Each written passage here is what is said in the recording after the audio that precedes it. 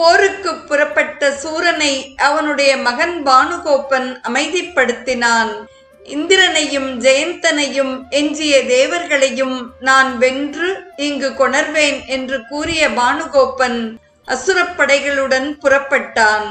முதலில் இந்திராணி தவமிருந்த இடத்தை அடைந்தான். துன்முகி வீரமாகாளர் கையை வெட்டிய இடத்தை சுட்டிக்காட்டினாள். ஆனால் அங்கு எவரும் காணப்படவில்லை. பானுகோபன் படைகளுடன் இந்திரனின் அமராவதி நகரத்தை அடைந்தான். இந்திரன் மகன் ஜெயந்தன் அதனை அறிந்தான். எனது தந்தைக்கு நிகரான ஆசான் வியாழ பகவானும் இப்போது அமராவதியில் இல்லை. தேவர் குழுவைச் சேர்ந்த பலரும் இல்லை. இந்திரனும் இல்லை. நான் தனியாக உங்களோடு இருக்கிறேன். அசுரன் பானுகோபன் இங்கு வந்து துன்பத்தை கொடுப்பது முந்தைய விதியின் பயன் என்பதை அறிவேனோ? அதனால் என்னதான் முடிவாகுமோ என்று ஜெயந்தன் கூறினான். பானுகோபனின் படைகள் அமராவதியை சுற்றி வளைத்தன. ஜெயந்தனும் போருக்கு புறப்பட்டான்.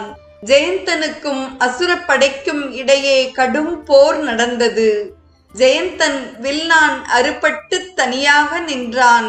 எனினும் தான் கற்று வைத்திருந்த மாய வித்தையினால் போர்க்களத்தில் மாயத் தோற்றங்களை ஏற்படுத்தினான்.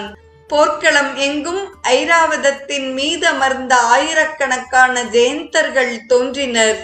பானுகோபன் ஜெயந்தனின் மாயையைக் கண்டு அஞ்சாது தனக்கு